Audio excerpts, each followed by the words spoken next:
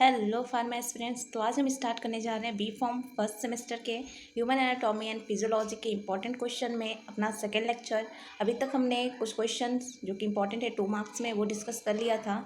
आज मैं स्टार्ट करने जा रही हूँ उसके आगे के कुछ क्वेश्चन जो कि आपके इंपॉर्टेंट है। ये सारे क्वेश्चन मैंने डिस्कस कर लिए अपने प्रीवियस लेक्चर में, अगर आपने नहीं देखा है तो ज़रूर देख लीजिएगा। आज मैं स्टार्ट करने जा रही हूँ अपना question 7। Describe role of Golgi complex. Golgi complex क्या होता है, उसका क्या वर्क है, यहाँ पे आपको वो बताना है। तो देखिए क्या है, it present near the nucleus. अगर आपने सेल का स्ट्रक्चर देखा होगा तो सेल के स्ट्रक्चर में जो न्यूक्लियस होता है, न्यूक्लियस के जस्ट पास में ही आपका होता है गोल्जी कॉम्प्लेक्स और आपका होता है ER, एंडोप्लाज्मिक रेटिकुलम। ठीक है, तो इनका वर्क क्या है। It present near the nucleus. The protein moves from endoplasmic reticulum to Golgi body. जो प्रोटीन बनेगी यहाँ पे एंडोप्लाज्मिक रेटिकुलम से जो मूव करेगी प्रोटीन वैसे बनाता कौन है, आपका राइबोसोम। और वही प्रोटीन कहाँ पर जा कर के कहाँ पे इंटर करती है, एंडोप्लाज्मिक रेटिकुलम में। और एंडोप्लाज्मिक रेटिकुलम से जो प्रोटीन मूव करेगी वो जाएगी कहाँ पे, गोल्जी बॉडी में। और गोल्जी बॉडी क्या करेगा वहाँ पे, यही जो प्रोटीन है उसको स्टोर करेगा, स्टोर करके मॉडिफाई करेगा। मीन्स यहाँ पे क्या करेगा, पैकेजिंग का काम करेगा गोल्जी बॉडी। और गोल्जी बॉडी उसको पैक करके देन उसके बाद उसको ट्रांसपोर्ट कर देगा अक्रॉस द सेल, मतलब सेल के बाहर इस प्रोटीन को ट्रांसफ़र और ट्रांसपोर्ट करने का काम कौन करेगा, आपका गोल्जी बॉडी। ठीक है, मीन्स यहाँ पे चलिए नेक्स्ट क्वेश्चन पे आ जाता है। Give the function of Langerhans cell in skin. Skin में जो आपके लैंगरहैंस सेल प्रेजेंट होते हैं उनका क्या फंक्शन है उसको बताना है। These cell arise from red bone marrow and involve in the immune responses to protect our skin from microbes. ये जो लैंगरहैंस सेल है ये कहाँ से ओरिजिनेट हुए हैं, ये ओरिजिनेट हुए हैं रेड बोन मैरो से, जो कि आपके बोन होते हैं उसके बीच में पाए जाते हैं आपके रेड बोन मैरो, वहाँ से ये ओरिजिनेट हुए हैं। इनका मेनली वर्क क्या होता है, हमारे स्किन को प्रोटेक्ट करना, और वो भी जो माइक्रोब्स होते हैं, पैथोजेंस होते हैं, उनके अटैक से स्किन को प्रोटेक्ट करने का काम, और इम्यूनिटी को यहाँ पे स्ट्रॉन्गर करने का काम ये हमारे मेनली स्किन में लैंगरहैंस सेल करते हैं। ठीक, नेक्स्ट क्वेश्चन पे आ जाते हैं। Right about 2 main function of skin. जो स्किन है, जैसे कि हमें पता है कि हमारे बॉडी का सबसे लार्जेस्ट ऑर्गन हमारा स्किन होता है, और ये जो स्किन है इसके 2 फंक्शन यहाँ पे हमें मेन जो 2 फंक्शन है उसको यहाँ पे लिखना है। पहली चीज़ तो ये कि जो स्किन है ये हमारे बॉडी को प्रोटेक्ट करता है, मीन्स हमें एक्सटर्नल इन्वायरमेंट से ये प्रोटेक्शन प्रोवाइड करने का काम करता है।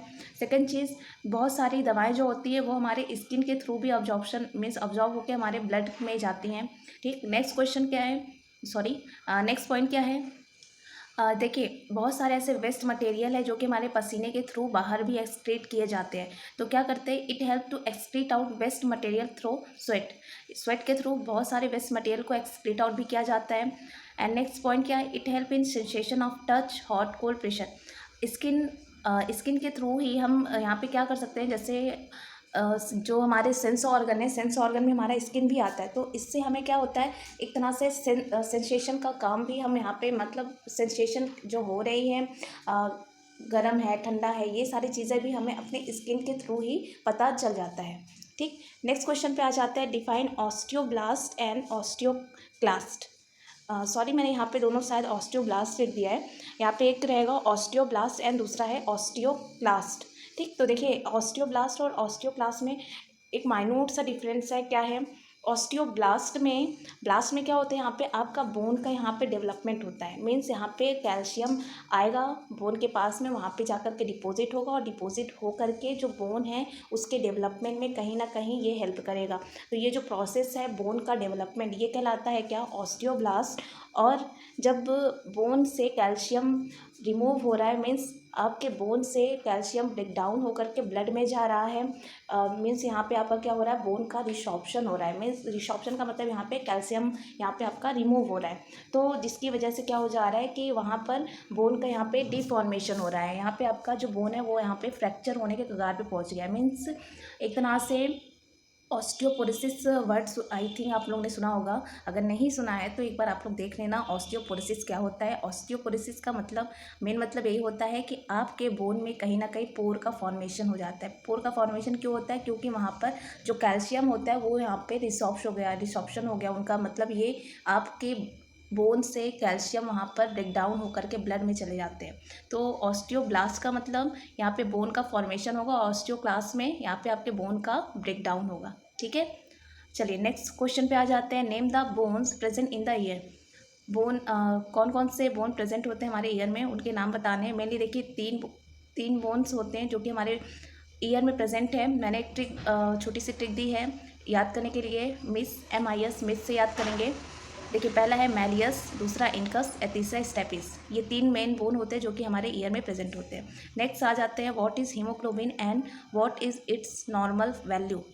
जो हीमोग्लोबिन है क्या होता है और उसका क्या नॉर्मल वैल्यू है, यहाँ पे ये बताने हैं।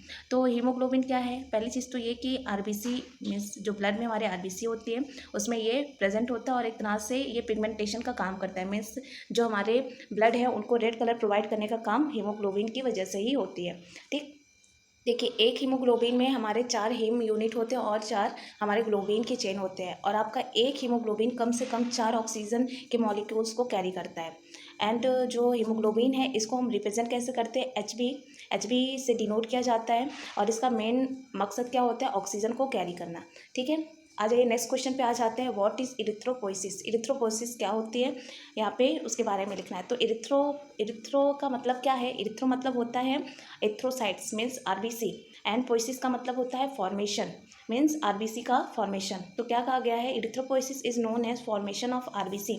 यहाँ पे क्या हो रहा है, जो आरबीसी है उसका फॉर्मेशन होता है। और जैसा कि हमें पता है कि जो आरबीसी होता है उसका टोटल लाइफ स्पेन 120 दिन का होता है, और 120 दिन का होता है। और हमारे यही जो इरिथ्रोपोइसिस का जो प्रोसेस है ये मेनली हमारे रेड बोन मैरो जो कि हमारे लार्जर बोन में पाई जाती है, वहाँ पर इनका फॉर्मेशन मेनली होता है। ठीक, आई होप आपको ये चीज़ें समझ में आ गई होंगी। अगर आपको कोई भी इशू है देन आप कमेंट सेक्शन में पूछ सकते हैं। Thank you.